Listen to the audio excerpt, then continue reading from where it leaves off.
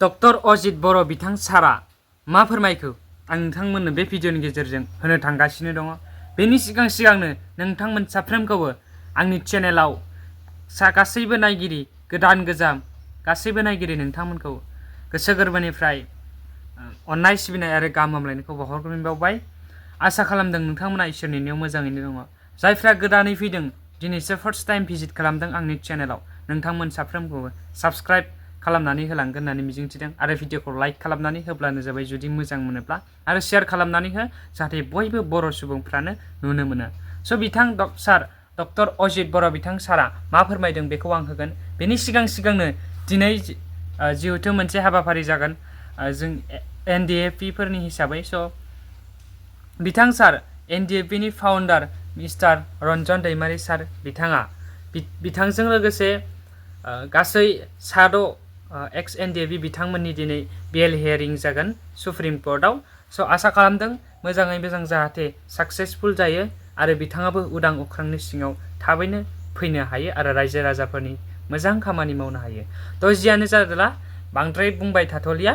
थ' बिथां डक्टर अजित बर' बिथां सारा मा फोरमायदों फै जों भिडिअनि गेजेरजों मिथिनानै लानि। सा ढेकियाजुलि दखरा बर' थुनलाइ आफादनि जे गुवाहाटी मायथाइनि सावरायमेलनि जे आयदा बे जोबोरै मोनसे गोनां आरो बे आयदानि सायाव सावरायनाया जोङो बयनिबो मेगनखौ गुनु खालामो। जोंनि बिमा बिफा दिथागिरि फोरोंगिरि गासिबो सांग्रां जानांगौ, फरायसाफोरखौ सांग्रां जाखानांगौ आरो सावरायनायनि आयदायानो जाहैबाय आथिखाल थासारि आरो लाइमोनफोर। दा बे बेलायाव आङो बुंदों आंनि सावरायनांगौखौ आं सावरायदों जे साफ्रोमबो लाइमोनफ्रा सांग्रां जानाया मोजां। जोंनि थांखिनिफ्राय जोङो माबायदि दोरोदो, जों माबायदि बेहेरबारियाव जोङो गाब्रयो बेनि माखासे जाहोनखौ आङो बुंदों।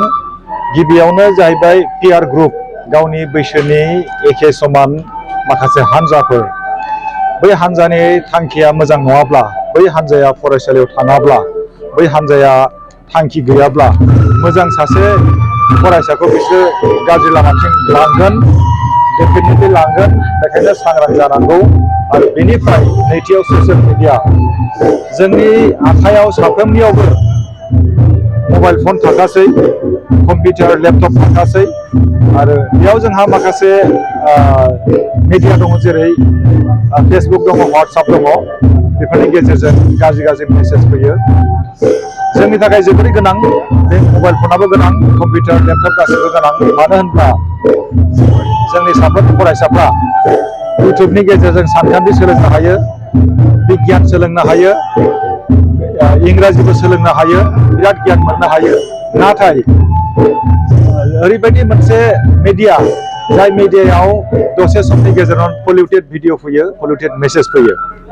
मोनसे मेसेजआ, मोनसे भिडिअआ सासे फरायसानि साननायखौ डाइभार्ट खालामनो हायो।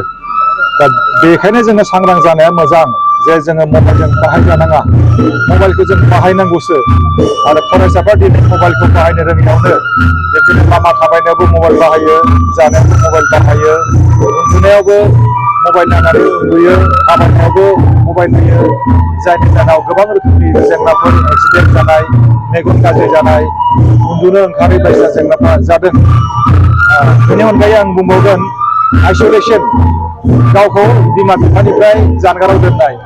बिमा बिफाया जोंखौ जोनोम होयैनि सिगांनिफ्रायनो अनोमोन, जोनोमनि उनावबो जोंखौ अनो आरो बिमा बिफानि बाथ्राफ्रानो, बोसोनफ्रानो जोंनि मेगनखौ गुदुं खालामदों, जोंखौ गोरों खालामदों। नाथाय माखासे फरायसाफ्रा ओरैबायदि जायो, गावनि बिमानिफ्राय गोजानाव थायो, बिफानिफ्राय गोजानाव थायो।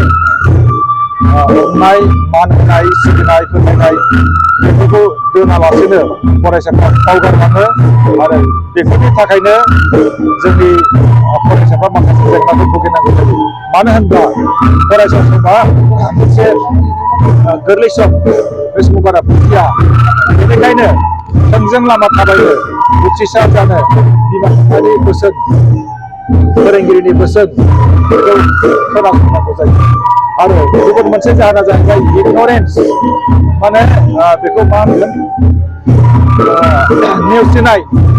दिनैनि खामानिखौ गाबोन मावगोन होननाय गाबोननि खामानिखौ समफोर मावगोन होननाय नेवसिनाय बेफोरबायदि माखासे जाहोननि थाखाय जोंनि लाइमोन सेंग्रा सिख्लाफ्रा थांखिनिफ्राय दोरोदो बेखायनो आङो बेफोर फरायसाफोरखौ जोङो गावनि थांखिखौ जाफुंसार जाहोनो थाखाय थांखियाव जों गोसो होनांगौ। 25 बोसोरनि जा माने फालिथाय बे जोबोर गाजा गोमजायै खुंनो हादों। जों सनितपुर जिल्लाफोराव थुनलाइ आफादनि जानानै बिथांमोनखौ साबायखर बावदों। बिथांमोना बे रुपाथि फालिथायजों लोब्बा लाखिनानै बिथांमोना गांथामखौ बिजाब दिहुननो हादों। बे थुनलाइ सोरजिनायावहा एसेब्लाबो दावगानो हादों। बेजों लोगोसे ओनसोलनि उथिहांबोनाय जुलिसाफोरखौ लिरनाय बिथिङावहा एसे थुलुंगा होनायावहा एसे मदद आरो हेफाजाब होदों बेखौ जों आसा फालिदों। आरो लोगोसेनो बिथांमोना खाम्फा जाय खाम्फाखौ नुबाय बिनि दारै जुदि बे नेरसोनारि हिसाबै बे जारिमिनारि नेरसोन हिसाबै थासिगोन बेखौ जों जोबोर मोजां मोनदों। लोगोसे दिनैनि बे आफादावहा हरखाबैब्लाबो जोंनि बर' थुनलाइ आफादनि आगोलनि मोनथाम मावसोम बाहाय नेहाथारि मावनाय आरो लेङाइ आफादगिरि मावनाय बिथां सिबिजाथाव गपिनाथ बरगयारि सार आरो रबिशंकर बरगयारि सार बिथांमोनाबो फैनानै जा मोनसे जोंनि बे रुपाथि मायथाइ फालिनायनि जा गेवलां मेल बेखौ आब्रुथि खालामबाय समाय होबाय। बेनि थाखाय जोबोर गोजोननाय मोनदों। जाहाथे उनावहा बे जुदि थुनलाइ आफादा आरोबाव जौगालांनो हागोन आरो थुनलाइ सोरजिनायावहा दावगालांनो हागोन बेखौनो जों मिजिंथिदों।